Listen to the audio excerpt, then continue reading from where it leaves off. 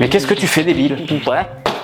Bah, tu trouves pas ça classe, toi, une Flying V, franchement? Alors, apprends à jouer avec une guitare normale déjà. Bah, écoute, j'essaye de m'appliquer en regardant les vidéos de Reda. Bah, et sinon, toi, ce genre de gratte, ça te plairait? Ah, je sais pas, je pense pas que ce soit mon truc. Ouais, c'est clair, sur scène, ça en jette. Mais bon, pour jouer assis, ça doit être une vraie galère.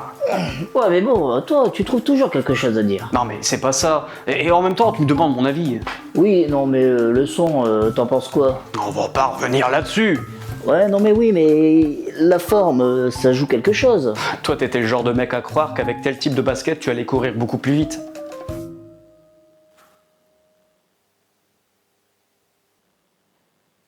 Non. Sinon, toi, en Flying V, y a un modèle qui te plairait? Ah ouais, putain, une bonne Gibson en Corina. Putain, c'est marrant que tu me parles de ça. Dernièrement, j'ai vu un mec qui en a fait une vidéo. Tu veux la regarder avec moi? Ouais, écoute, je vais en griller une et puis on regarde ça.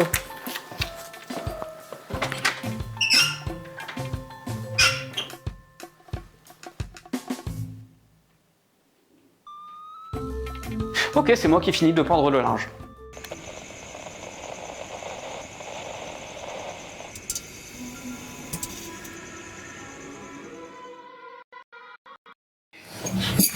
Bon, je te montre ça. Ok.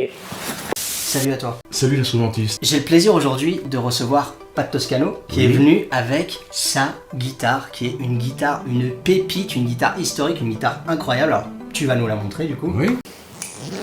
Unboxing de guitare, bam, j'ai ouvert mon petit écran. J'ai l'impression de faire une vidéo unboxing. Tac. Fait vachement plastoc pour un vernis nitro. Voilà la Flying V. Le V volant. Pourquoi les Flying V? Flying V parce que c'est un V bien sûr. Et puis elle est typiquement années 50. Donc en 50, c'était la mode des Spoutnik, la quête du cosmos, les voitures américaines avec les arrières. Oui, les Chevrolet. Les Chevrolet, les Cadillac, avec des arrières en V comme ça, donc ça faisait vraiment le sens de la vitesse, parce que la vitesse était vraiment l'élément central de la vie des années 50. Ah, les années 50. Fender, Le micro-ondes, Elvis Presley. la femme à la cuisine.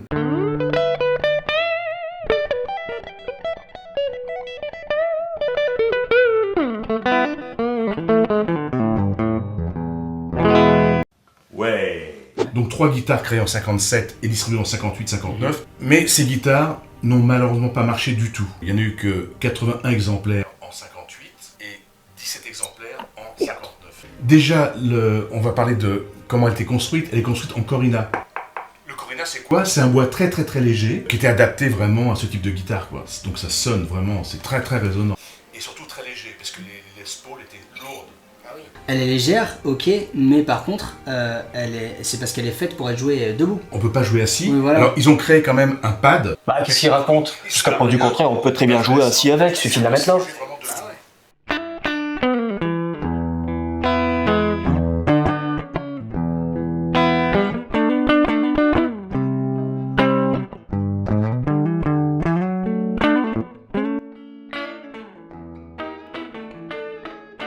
C'est nul! Donc c'est interdit de refaire du Corina désormais. Peut-être Corina, qu'ils ont. On verra par la suite. Celle que t'as, toi, elle est en Corina. En Corina. Ça, du Corina.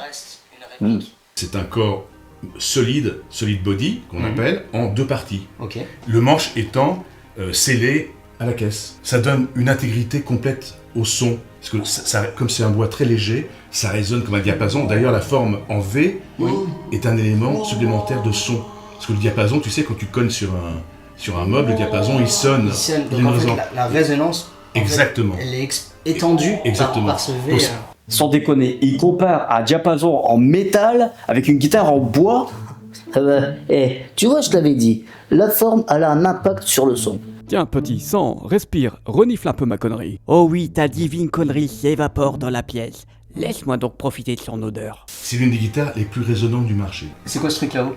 C'est un hang tag. Un hang tag. Ouais, c'est ce qui mettait sur les guitares des années 50. Un taille. qui les vendait. Ok, d'accord. Alors ça, sur internet, je te donne le prix, mais tu vas peut-être criser. Non, mais non, je ne vais pas crier. C'est 500 €. Là, il faut tenir le regard. T'as vu, j'ai pas crié. Les micros, alors les micros, à l'époque, c'était des PAF. C'est pas Le paf. La caisse a été reprise Oui. sur le modèle Gibson, mais par contre, les micros, ce sont des originaux des années 60. Donc ça sonne vraisemblablement comme une guitare de 58-59, on va Ok. dire.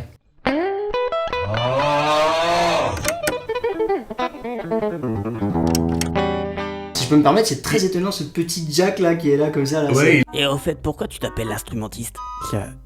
Ça fait genre que je m'y connais. Alors la valeur, c'est quoi? bah, à Combien ça l'époque, coûte elle coûtait 257 $. Ok, 250. Et maintenant, tu sais combien ça vaut? Eh ben, Combien elle vaut? je dirais, je sais pas, plusieurs milliers de dollars. Maintenant, il faut compter 250 000 $, voire 350 000 $. Quoi? Alors, derrière, il y a un numéro de série, bien sûr. Ok. Alors, Il moi, est- c'est il est où, 8. là T'as rien remarqué? T'as changé de vêtements? Mais non, mais la guitare, c'est pas une vraie Gibson. T'es sûr de toi, là? Bah attends, on finit la vidéo et je t'explique.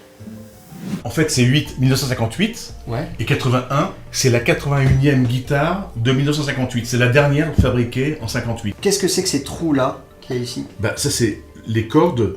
Il faut que tu saches qu'elles traversent le corps. Elles sont accrochées derrière. Derrière, ouais. C'est incroyable. Non mais rassure-moi, tu le fais exprès. Ah non, mais moi, dès qu'il y a des trous, je suis perdu. Donc ils ont arrêté parce que c'était joué par peu de gens, mais il n'y a pas une petite star qui se l'est appropriée. Ça, c'est quand même une guitare classe.